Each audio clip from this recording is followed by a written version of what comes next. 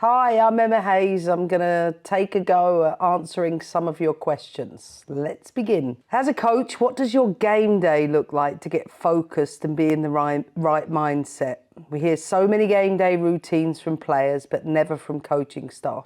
Lift weights in the morning, go for a walk. Has to be protein shake before that because it's not good for women to do any exercise fasted. Usually have like a better protein shake.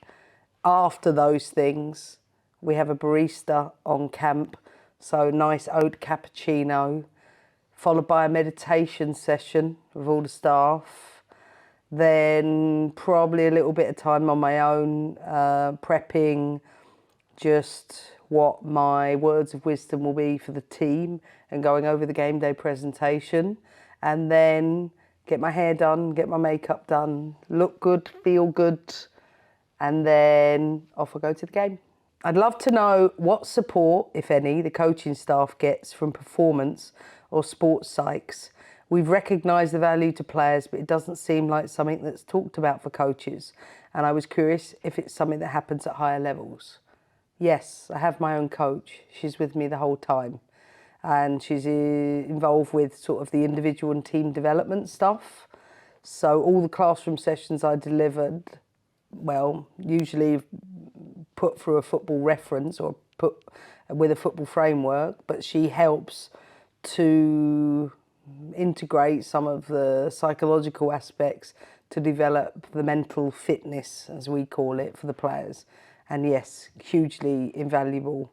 I'd recommend every coach, if they could, to have someone in this field guiding and coaching you. Who would you say you've learnt the most from on your journey? Also, are there any coaches out there that may not be in the spotlight now who you think have an incredibly bright future?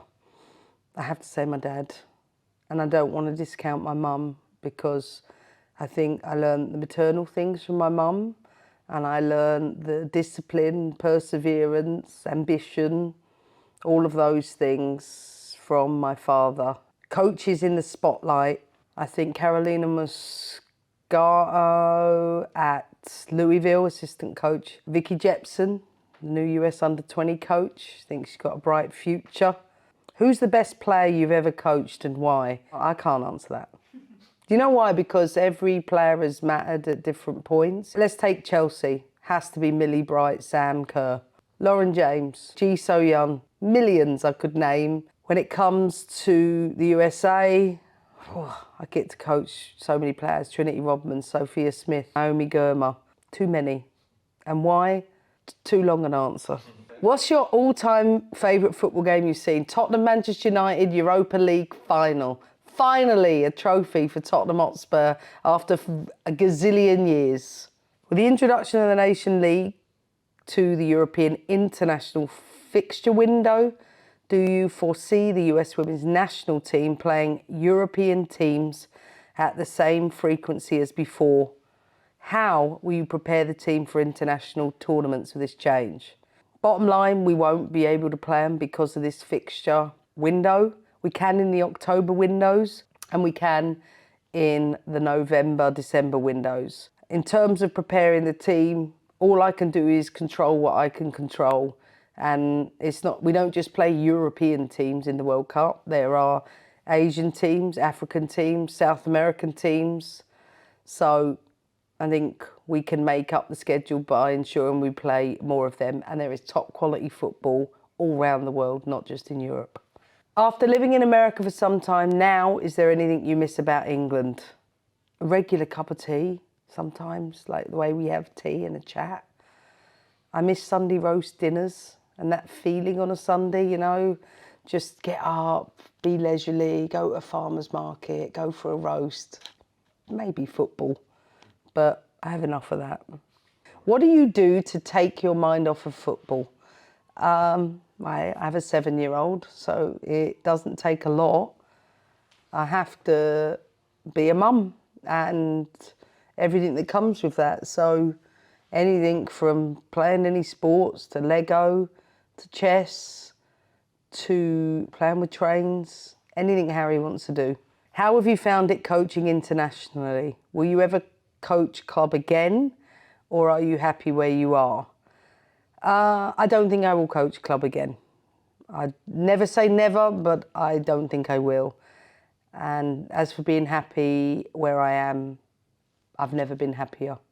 So I've found love and joy in coaching internationally.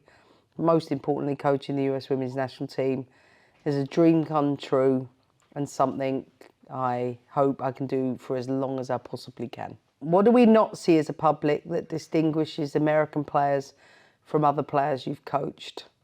I think the main thing is they've all had a college education. So I think they're really open and receptive to concepts and ideas and coachability in a way that feels different. Very progressive learners, and it's so noticeable. What is your favourite no skips album to listen to? I listen to so much music that it's impossible to answer. Right now, Beyonce's on loop, but so is Chris Stapleton, Random End. So it's like Beyonce, country music, and then Thames, which is like sort of African R&B. Love them. Who's your favourite opponent that you've coached against so far, and what are the main differences you've noticed in playing style between Chelsea and the US Women's National Team? I think Chelsea had to say Barcelona, credible team. You had to be at your very best. And US Women's National Team, Brazil, because it's another complete different style of play. Maybe Japan too. Which national teams do you think have the potential to make big strides in the next 5 years? Especially ones that haven't been traditional powerhouses in women's football. Well, I think Brazil holding the World Cup, for me, there will be big favourites. One of the big favourites. In Europe, even watching Poland yesterday and looking at some of the youth pro players coming through in Poland, I think they've got the potential. Italy, I think Italy have an improving team and just one to watch out for, especially in this tournament. Seems like Harry is having a blast on the road with you. What's been the most surprising or funniest US Women's National Team related moment that you've had with him? Well, the most surprising was taking him to NASA's astronaut training centre and watching how astronauts train to go to space, but most importantly watching him move the cameras around for the International Space Centre. That was awesome. Can't believe I just said that word. The funniest has to be him winning the cornhole tournament last week. We don't play cornhole much here, but let me tell you, you need to get cornhole. Everybody needs to play cornhole. And Harry has a little trophy. He won it. I'm so proud of him.